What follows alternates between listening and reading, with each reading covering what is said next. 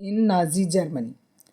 Hitler सोचता था कि नाजी सोसाइटी को मजबूत बनाने के लिए बच्चों को नाजी आइडियोलॉजी पढ़ानी होगी। इसके लिए उसने कई सारे काम किए। पहला, सारे स्कूल क्लीन कर दिए और प्यूरिफाई कर दिए, मतलब स्कूल में जितने भी ज्यूस टीचर थे या जो पॉलिटिकली अनरिलायबल पर्सन थे उनको डिसमिस कर दिया। दूसरा, बच्चों को सेग्रीगेट कर दिया, यानी अलग अलग कर दिया, यानी जर्मन और ज्यूस बच्चों को ना तो एक साथ बैठने दिया जाता था, ना उन्हें एक साथ खेलने दिया जाता था। धीरे धीरे जितने ज्यू बच्चे थे या फिजिकली हैंडीकैप्ड थे या जिप्सीज थे, उनको स्कूल से निकाल दिया और फाइनली 1940 में उन्हें गैस चैम्बर में भेज दिया गया। गुड जर्मन बच्चों को नाजी आइडियोलॉजी की ट्रेनिंग दी गई। स्कूल टेक्स्ट बुक दोबारा लिखी गई। रेशियल साइंस जो कि डार्विन ने दिया था, डार्विन का जो व्यू उसने बताया था, उसको इंट्रोड्यूस किया गया to justify the Nazi idea of race. यानी नाजी जो ये बोलता था कि अच्छे रेस के लोग होने चाहिए, ये बात उसने किस बेस पे बोली थी? डार्विन की बात पर बोली थी। तो उसने ये चीज़ किताबों में और स्कूलों में एक्सप्लेन करी। नेक्स्ट, बच्चों को लॉयल और सबमिसिव रहना सिखाया। सबमिसिव मतलब होता है विनम्र। ज्यू को हेट करना, हिटलर की वर्शिप करना, ये सब भी सिखाया गया स्कूल में।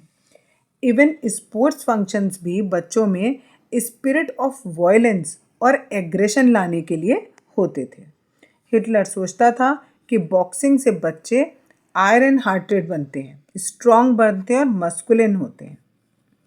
आगे है, यूथ ऑर्गेनाइजेशन की रिस्पॉन्सिबिलिटी थी कि वो यूथ में नेशनल सोशलिज्म की भावना को जगाए। नेशनल सोशलिज्म का यहाँ मतलब है नाजी आइडियोलॉजी बताए, यानी लोगों को नाजी के आइडियाज़ बताए और उन्हें वो समझाए कि यही अच्छे हैं।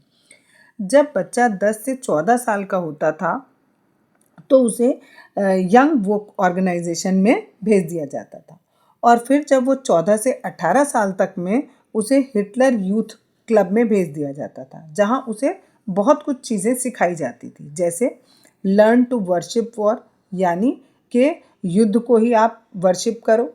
दूसरा, ग्लोरीफाई एग्रेसिव एंड वायलेंस, यानी आप बहुत ज़्यादा ताकतवर और एग्रेसिव बनो। कंडेम डेमोक्रेसी, यानी डेमोक्रेसी को हटा दो बिल्कुल भी। Hate Jews, communist, gypsies and all other undesirable, यानी आप वो ज्यूज को, कम्युनिस्ट को, जिप्सीज को या और जो भी अनडिजायरेबल हैं उन सब को हेट करो। ये सब सिखाया जाता था वहाँ पर। और जब बच्चा 18 साल का हो जाता था तो उन्हें आर्मी फोर्स में डाल दिया जाता था और फिर किसी नाजी ऑर्गेनाइजेशन में। हिटलर यूथ का पहले नाम यंग लीग ऑफ नेशन था, जो कि 1922 में बनी थी और 4 साल बाद उसका नाम चेंज करके हिटलर यूथ रखा गया था।